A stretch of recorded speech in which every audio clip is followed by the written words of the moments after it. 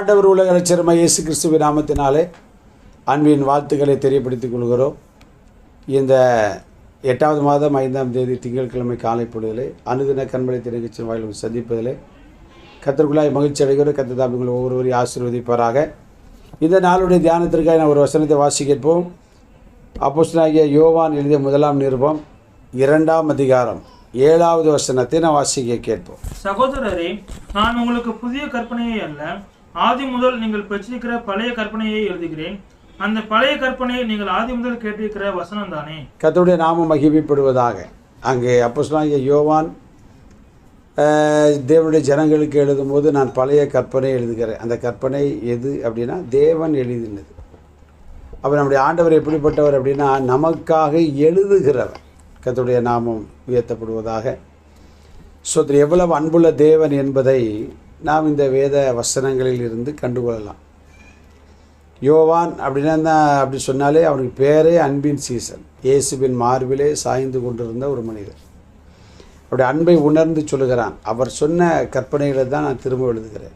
அந்த கற்பனை முதலாவது எழுதியவர் கர்த்தர். அருமையான தேவனுடைய பிள்ளைகளே, உங்களுடைய வாழ்க்கையில் நன்மைகளை, ஆசீர்வாதங்களை, வாக்குத்தத்தங்களை, நம்மை தைரியப்படுத்தக்கூடிய வார்த்தைகளை எல்லாம் வேத புஸ்தகத்தில் ஆண்டவர் தம்முடைய பரிசுத்தவான்களை கொண்டு எழுதி கொடுத்திருக்கிறார். அந்த வார்த்தைகள் தான் இன்றைக்கு நம்ம என்ன செய்கிறது, போஷித்து காப்பாற்றி நம்மை வழிநடத்தி வருகிறது என்பதை நாம் பார்க்கிறோம்.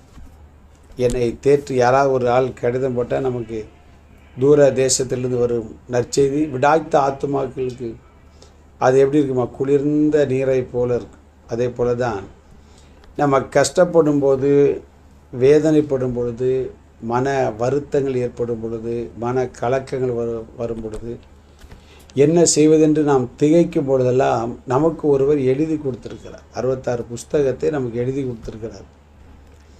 அவர் எழுதி அந்த வேத புஸ்தகத்தை நாம் திருப்பி வாசித்தாலே தேவன் நமக்கு எழுதி கொடுத்ததனுடைய ரகசியம் தெரியும்.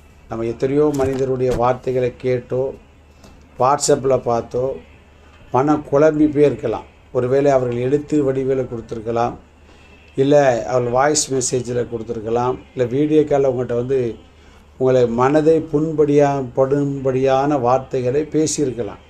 அதெல்லாம் மறந்துடுங்க. நம்முடைய வாழ்க்கையில் ஆண்டவரை நம்பி அவர் நமக்கு எழுதி கொடுத்த வார்த்தை, அதைத்தான் சங்கீதக்காரனாகிய தாவீது சொன்னான், அது தேனிலும் தேன் கூட்டிலிருந்து ஒழுகும் தெளிதேனிலும் மதுரம் உள்ளது. நீங்கள் இந்த கண்மலை தேன் நிகழ்ச்சியை எப்படி பார்த்துட்ருக்கேன்னு தெரியாது. உங்களுடைய உள்ளத்தின் குமுறலை மாற்றுவதற்கு தேவன் எழுதி கொடுத்துருக்கிறார். உங்களுடைய அதைரியத்தை மாற்றுவதற்கு எழுதி கொடுத்துருக்கிறார். குழப்பத்திலிருந்து விடுதலை பெறுவதற்கு எழுதி கொடுத்துருக்கிறார். உங்களுடைய துக்கத்தை சந்தோஷமாய் மாற்றுவதற்குரிய ஆசீர்வாதங்களை கர்த்தர் இந்த வேத வசனத்திலே எழுதி கொடுத்துருக்கிறார். அதுதான் சொல்லப்பட்டிருக்கிறது. இரவும் பகல் அது தியானமாக இருக்கிற மனுஷன் பாக்கியவான். ஏன் அப்படின்னா வாழ்க்கையில் இருக்கக்கூடிய வறட்சிகள் எல்லாம் மாறும். அவர் எழுதி கொடுத்த வார்த்தை அதுவல்லவா. கர்த்தருடைய நாமம் மகிமைப்படுவதாக. தேவன் எழுதி கொடுத்த வார்த்தைகள் பாருங்கள், தனக்காக பாருங்கள் ஜனங்களுக்கு தம்முடைய வல்லமை வெளிப்படுத்தும்படியாய் அன்றைக்கு பெல்சாசார் தேவனுடைய பாத்திரங்களை எடுத்து அவன் பரிமாறும் பொழுது சுவரிலே எழுதப்பட்டது ஒரு கையிருப்பு எழுது. என்ன எழுது? மெனை மெனை தைக்கல் உப்பாசில் தராசில் வைக்கப்பட்டு நீ குறைவாய் காணப்படுகிறார். பாருங்க, தேவனுடைய ஜனங்களுக்காக தேவன் செய்கிறதான யுத்தங்களை அங்கே நம்ம என்ன செய்யணும் பார்க்கணும். அதனால் நம்முடைய வாழ்க்கையிலே நன்மைகளை செய்வதற்கு, நம்மை ஆற்றுவதற்கு, நம்மை தேற்றுவதற்கு இந்த பைபிள் அவர் எழுதி கொடுத்துருக்கிறார்.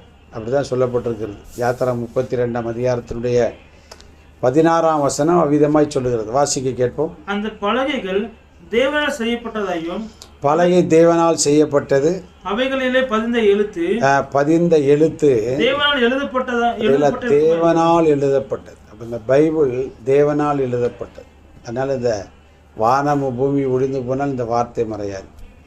நல்ல தைரியத்தோடு, மனக்குழப்பமுள்ள வேத வசனத்தை வாசிங்க. தைரியத்தோடு இந்த வாரத்துடைய வேலைகளை ஆரம்பிங்க.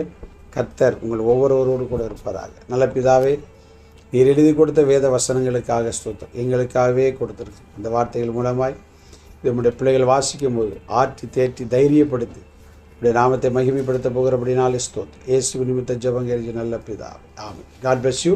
நாளை காலை அனுதின கர்மங்களில் சந்திக்க வரைக்கும் தேவ கிருபை நம்மை தாய் நடத்துவதாக. ஆமென்.